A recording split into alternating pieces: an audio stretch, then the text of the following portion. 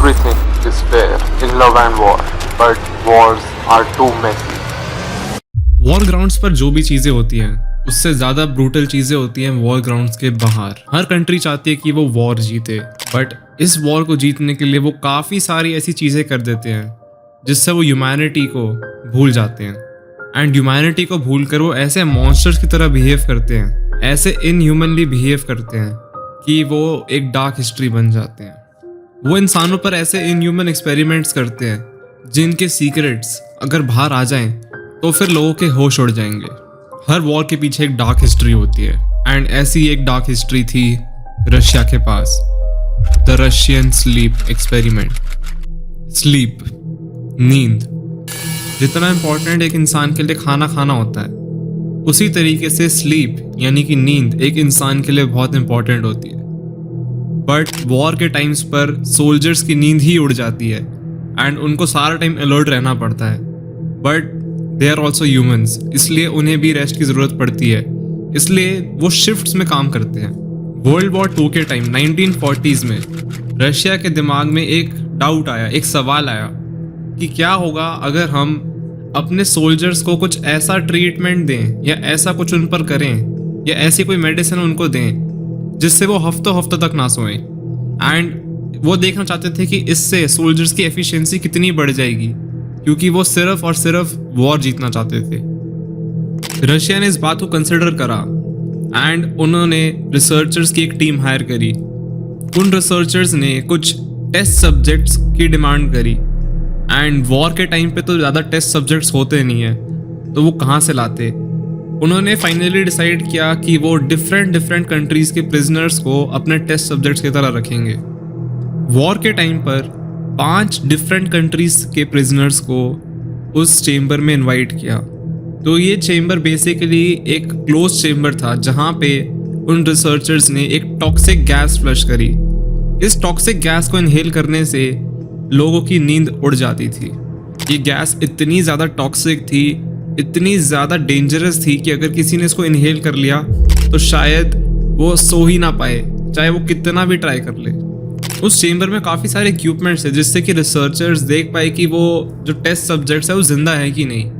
Oxygen monitoring के लिए एक वहाँ पे सिस्टम लगा हुआ था।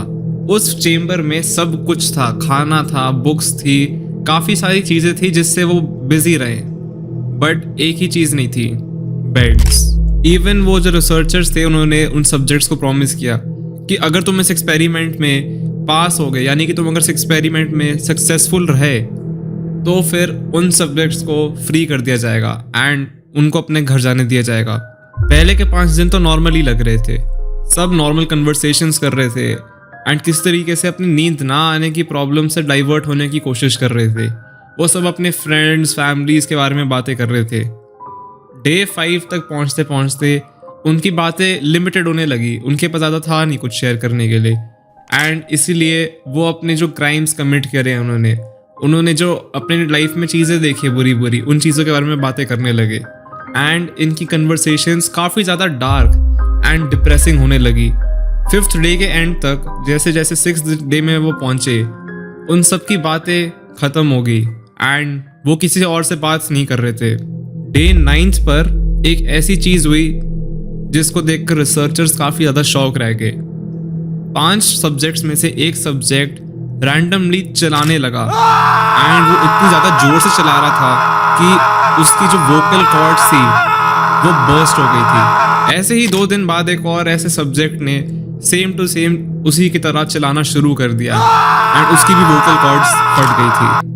14th डे पर रिसर्चर्स ने अनाउंस किया कि वो एक बार वो चेम्बर विजिट करना चाहेंगे टू सी कि सब सही चल रहा है कि नहीं। एंड इसको सुनकर भी किसी भी सब्जेक्ट का कोई भी रिएक्शन नहीं आया।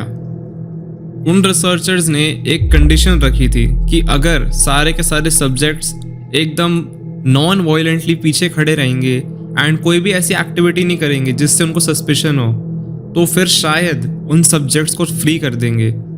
बट एक सब्जेक्ट ने अपने माइक्रोफोन से उन्हें कहा कि उन्हें फ्री नहीं होना एंड उनको उसी चेम्बर में रहना है। अब यहाँ से स्टोरी एक बहुत ज़्यादा डार्क और एक क्रीपी टर्न लेती है। ये एक्सपेरिमेंट काफ़ी ज़्यादा कॉन्फिडेंशियल था एंड इसके बारे में ज़्यादा लोगों को पता नहीं था। बट ऊपर से ऑर्डर्स आए थे कि इस एक्सपेरिमेंट को डिसकंटिन्यू करना पड़ेगा। रिसर्चर्स ने वैसा ही करा। उन्होंने उस गैस चेम्बर में गैस डालना बंद कर दिया एंड इवन द डोर्स उनको खोल दिया ताकि फ्रेश एयर अंदर जा सके। बट जैसे ही उन्होंने गैस की सप्लाई बंद करी, अंदर के प्रिजनर्स बहुत ज़्यादा पैनिक करने लग गए। उन प्रिजनर्स ने इवन भीख मांगनी शुरू कर दी कि वो गैस वापस से सप्लाई करो। वो गैस के बिना जी नहीं पा रहे थे, वो गैस से एक तरीके से एडिक्ट हो गए थे एंड वो कह रहे थे कि गैस उनके लिए जीने के लिए इम्पॉर्टेंट है। इतनी बार बोलने के बाद भी रिसर्चर्स ने वो गैस वापस उस चेम्बर में फ्लश नहीं करी एंड इसको देखकर 5 में से 4 सब्जेक्ट्स एकदम से चीखने चलाने लग गए एंड वो भी एकदम ऐसी एनर्जी के साथ जैसे कि वो बहुत ज़्यादा एक्टिव है एंड वो एनर्जी भी कुछ नॉर्मल नहीं थी। वो एनर्जी बहुत ज़्यादा सुपर नेचुरल थी, क्योंकि जब बाद में पता लगाया गया तो उन्होंने 5 दिन से कुछ खाया ही नहीं था एंड इतनी एनर्जी बिना खाए एक सुपर नेचुरल बात होती है। जब रिसर्चर्स उस चेम्बर में गए तो उन्होंने देखा कि सिर्फ 4 ही सब्जेक्ट्स रह गए थे एंड सबसे ज़्यादा डरावना पार्ट, उन सब्जेक्ट्स की जो पूरी बॉडी थी, उनकी बॉडी पे जितनी भी मसल्स थी वो बहुत सारी जगह से स्क्रैप्ड थी। उन रिसर्चर्स ने पता लगाया कि ये सारे जो वोन्ड्स है, ये जो सारे स्कार्स हैं, मसल्स हैं, ये सारे सेल्फ इन्फ्लिक्टेड है एंड इतने ज़्यादा इंटेंस थे कि उन सब्जेक्ट्स की बोन्स दिखना शुरू हो गई थी उनके हाथों के नीचे से, उनकी मसल्स के नीचे से एंड किसी किसी सब्जेक्ट की तो ऑर्गन्स भी एक्सपोज थे। फर्दर एग्जामिनेशन से ये पता लगाया गया कि उन्होंने तो 5 दिन तक खाना खाया नहीं, बट उनमें इतनी एनर्जी आई कहाँ से। रिसर्चर्स ने ये पता लगाया कि उनका जो फ्लैश था वो अपने ही फ्लैश को कंज्यूम कर रहे थे। उस गैस का इम्पैक्ट इतना इंटेंस और इतना इंसेन था कि उन्होंने नॉर्मल ह्यूमंस को मॉन्स्टर में ट्रांसफॉर्म कर दिया था।